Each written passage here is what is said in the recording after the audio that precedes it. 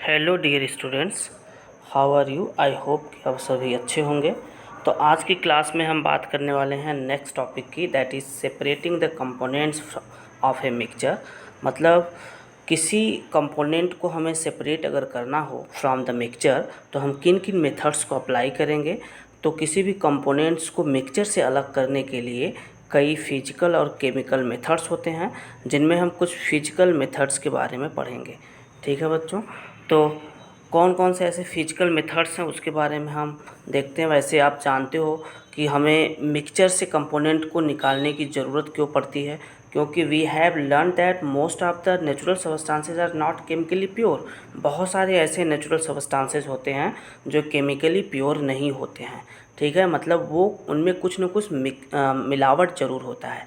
ठीक है, तो इसके अकॉर्डिंग हम क्या करते हैं कि कुछ मेथड्स अप्लाई करके क्या करते हैं, उस सबस्टांस को प्योर बनाते हैं या प्योर फॉर्म में उसे ऑब्टेन करने की कोशिश करते हैं बाय द फिजिकल और केमिकल मेथड्स।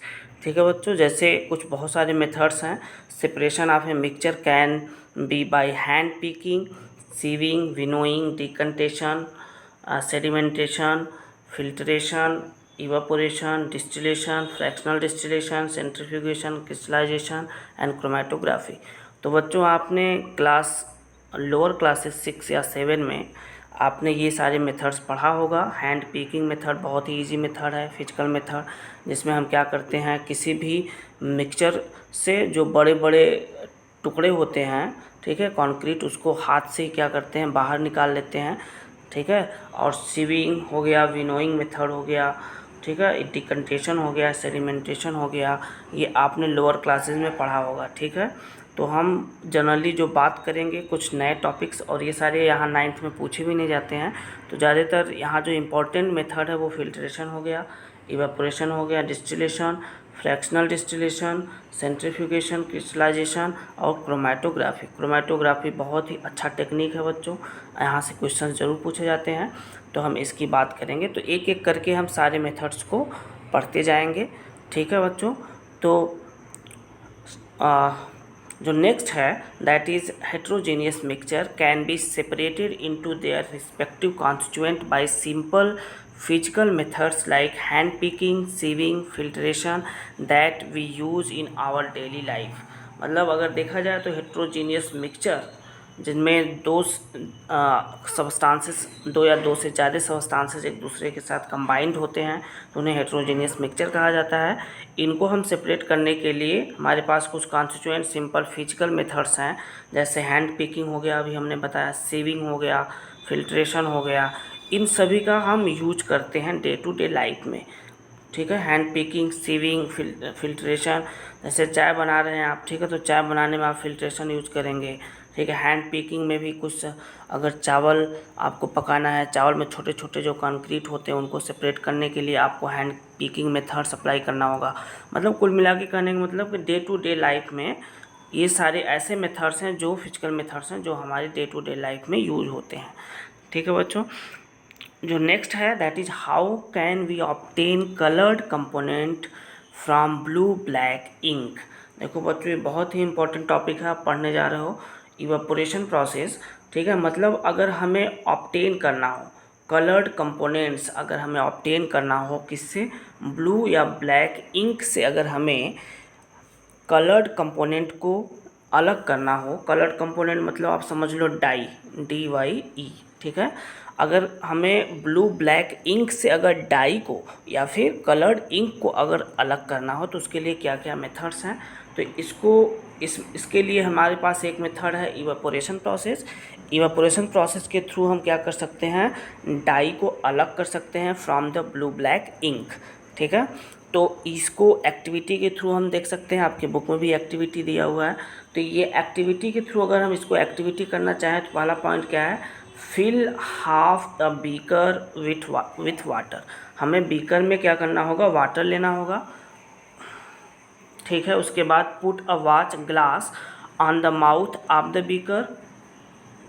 उसके बाद हमें क्या करना होगा, ठीक है, बीकर में के ऊपर, जस्ट बीकर के ऊपर माउथ पे हमें क्या करना होगा, एक वॉच ग्लास रख देना होगा, ग्लास का बना होता है, उसके बाद put few drops of ink on the watch glass, उसके बाद जिस इंक से ब्लू या ब्लैक जो भी इंक है जिससे हमें डाई को अलग करना है, कलर्ड कंपोनेंट को अलग करना है, उसे हम वॉच ग्लास के ऊपर क्या करेंगे, 2 से 4 ड्रॉप्स उसके ऊपर रख देंगे। ठीक है।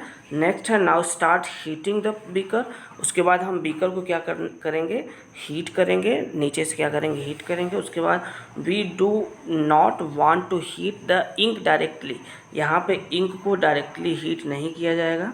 ठीक है। अगर आप डायरेक्टली इंक को हीट करेंगे तो उसमें जो भी कंपोनेंट है, ठीक है, डाई मतलब कलर कंपोनेंट जो है वो डिस्ट्रॉय हो जाएगा, वो आपको ईजिली ऑब्टेन नहीं होगा। हमें क्या करना है, किसी कलर्ड कंपोनेंट को मतलब डाई को अलग करना है, किससे, ब्लू या ब्लैक इंक से हमें अलग करना है।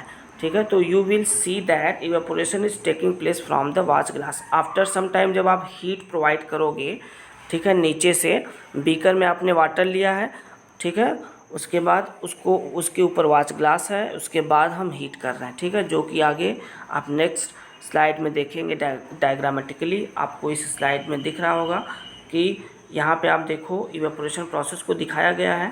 यहाँ पे ट्राइपॉड स्टैंड लगा दिया जाता है, ये बर्नर होता है। ठीक, इस बर्नर के ऊपर एक बीकर ले लिया जाता है। ठीक है। इस बीकर में क्या लिया गया है, वाटर लिया गया है। ठीक है। उसके बाद वाटर के जस्ट एबव देखो ये ग्लास का बना हुआ एक वॉच ग्लास होता है। इस वॉच ग्लास के अंदर आप देखोगे तो इंक, ये क्या हो रहा है, इंक रखा हुआ है। ठीक है। इंक कंपोनेंट रखा हुआ है। तो आप क्या देख रहे हो, ये जो इंक है मतलब ब्लू या ब्लैक इंक जो है, इसको जब हीट किया जा रहा है नीचे से बर्नर से, तो ये क्या किया जा रहा है, ट्राइपॉड स्टैंड के ऊपर एक वायर गाज रखा जाता है। ठीक है। उसके बाद बीकर रखा जाता है, उसके ऊपर फिर हम क्या रखते हैं, वॉच ग्लास रखते हैं। वॉच ग्लास के बाद उसके बाद हम उसमें क्या रखते हैं, इंक रखते हैं। ठीक है। तो बच्चों यहाँ पे हम बात कर रहे थे कि इंक को जब हीट किया जाएगा, नीचे से जब इसको हीट मिलेगा, तो आप क्या देखोगे कि इंक से कुछ वेपर्स निकलते हुए नज़र आएंगे। ठीक है। ये सारे वेपर्स जो होंगे ये क्या हैं, वाटर वेपर्स होते हैं। क्या होते हैं, वाटर वेपर्स। तो आफ्टर सम टाइम, बहुत ज़्यादा हीट नहीं करना होता है, आफ्टर सम टाइम आप देखोगे हीट के बाद जो इस इंक के अंदर वाटर वेपर्स था वो क्या होगा, कम्प्लीटली रिमूव हो जाएगा। ठीक है। उसके बाद वॉच ग्लास के अंदर आप देखोगे तो आपको डाई मतलब जो कलर्ड कंपोनेंट था जिसको हमें सेपरेट करना था, वो डाई आपको वॉच ग्लास में दिखाई देगी। ठीक है। तो इस एक्टिविटी से हम क्या समझ सकते हैं, इस एक्टिविटी से हमें क्या ऑब्जर्वेशन मिला, इस ऑब्जर्वेशन को अगर हम देखें तो we find that ink is a mixture of dye in water. इससे हमें ये पता चलता है कि जो इंक है वो मिक्सचर है, किसका किसका, डाई का और वाटर का। मतलब इंक में 2 कंपोनेंट मिले होते हैं, एक होता है डाई, कलर्ड जो होता है डाई, और दूसरा कंपोनेंट जो होता है वो वाटर होता है। किसके अंदर, इंक के अंदर। ठीक है। इंक 2 कंपोनेंट से मिलकर बना है, एक डाई और दूसरा वाटर। तो जब इसको हीट किया जाता है तो वाटर जो होता है वेपर के फॉर्म में अलग हो जाता है और डाई जो होता है वो अलग हो जाता है। ठीक है। तो we can separate the volatile component. ठीक है। वोलाटाइल कंपोनेंट मतलब सॉल्वेंट। वोलाटाइल वर्ड का मतलब क्या होता है बच्चों की, ऐसे कंपोनेंट्स जो स्केप कर जाएं वेपर के फॉर्म में, जो एटमॉस्फेयर में स्केप हो जाते हैं, उन्हें वोलाटाइल कंपोनेंट कहा जाता है। जैसे वाटर है वो क्या होता है, वेपर बन के एटमॉस्फेयर में स्केप हो जाता है, इसलिए उसको हम क्या बोलते हैं, वोलाटाइल कंपोनेंट, या फिर उसे हम सॉल्वेंट भी बोल सकते हैं। ठीक है। From its non volatile solute. अब यहाँ पे नॉन वोलाटाइल सॉल्यूट किसकी बात की जा रही है, नॉन वोलाटाइल सॉल्यूट का मतलब कलर्ड डाई की बात की जा रही है, कलर्ड कंपोनेंट मतलब डाई की बात की जा रही है, DYE। ठीक है। तो यहाँ पे नॉन वोलाटाइल का मतलब क्या होता है बच्चों की, ऐसे कंपोनेंट्स, ऐसे सबस्टांसेस जो वेपर बन के विदाउट मतलब वेपर बन के स्केप नहीं करते हैं एटमॉस्फेयर में, जो वेपर बन के एटमॉस्फेयर में स्केप नहीं करते हैं उन्हें हम नॉन वोलाटाइल सॉल्यूट कहते हैं। ठीक है। By the methods of evaporation.